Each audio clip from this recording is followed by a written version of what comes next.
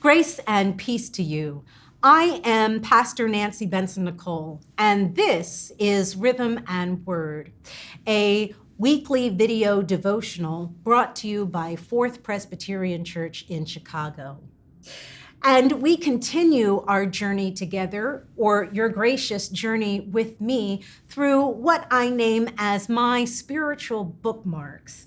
Those experiences or people or places that have served as bookmarks for me that I always turn to, either within my professional life in ministry or within my personal faith journey.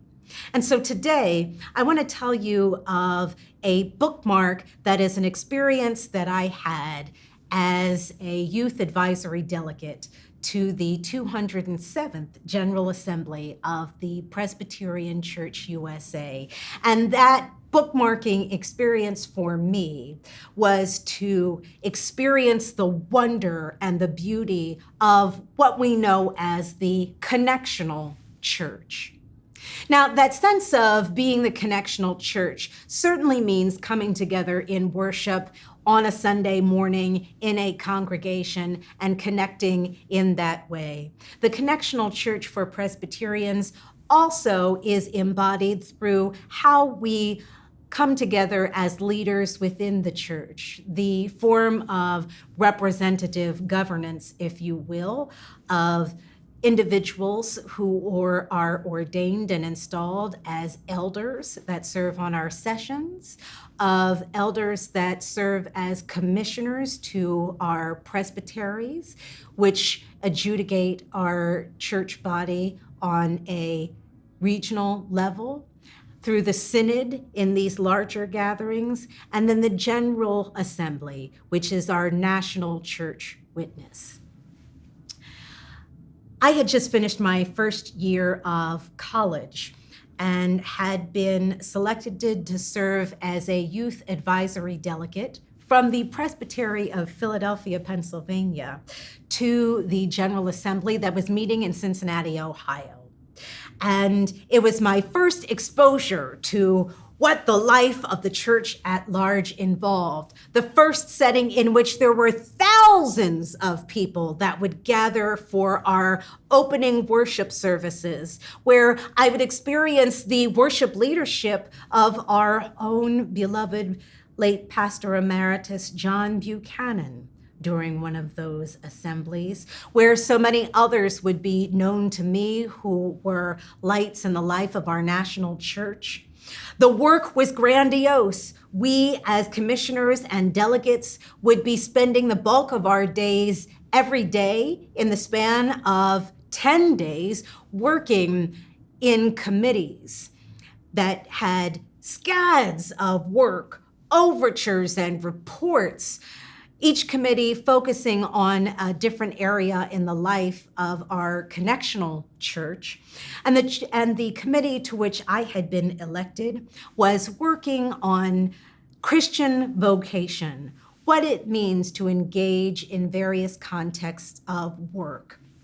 Now, that work was governed by a committee in the life of the church responsible for the church's social witness. And the church's social witness governs how we as Presbyterians commonly affirm what it means for us to speak into issues domestic or international. We believe that God gives us the opportunity to be able to bear witness to the wisdom that we learn from the scriptures, that we learn from the confessions, that informs how we might engage life as citizens of our state, of our country, and of the world. And so we were looking at issues of the vocation of work and employment, and what does it mean to be good stewards of standards and practices that we would commend for the workplaces that all of us inhabit. It was rich and inviting and exciting work, and it just opened my eyes to what it meant to be lively in the work of the church, that it meant other things beyond worship, beyond service, beyond various other ways of engagement, to being at tables and talking about faith and life in consequential ways. It meant being able to gather in worship regularly with people from around the country and around the world to hear enriching, empowering sermons in ways that I'd never experienced before, to enter into an assembly hall full of booths of representatives from guilds and crafters and agencies in the life of the church. It was an extravaganza of being the church at large. And it helped me to see how big and how vast God's church is, how connected we are, what binds us together, and also those issues and debates that tear us apart, how we try to discern together the voice of the Holy Spirit throughout the work of the church. It was mind-blowing. And that experience as a youth advisory delegate and my activity within it would go on to open other doors to me in the life of the Connectional Church. I would go on to serve on national committees. I would be asked to author editorials and resources and studies. And it would open me to the ministries and the mission, the global mission of the church in so many profound ways that it will always be a spiritual bookmark for me to understand the power and the vastness and the beauty of God's gracious work working through our connectional church.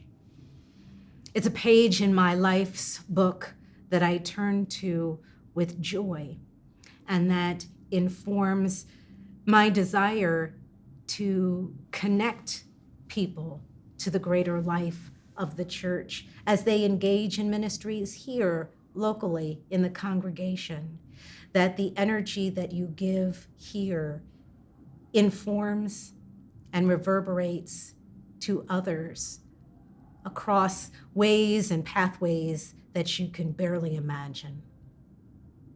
As I reflect on that spiritual bookmark, I'm curious, what spiritual bookmark might you have that expands your sense of what the church is, or how the Spirit of God may move among large groups of people outside of yourself?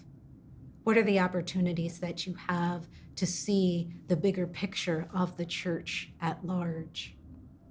And let that picture, if you have one, and I would encourage you to find a variety of ways to connect.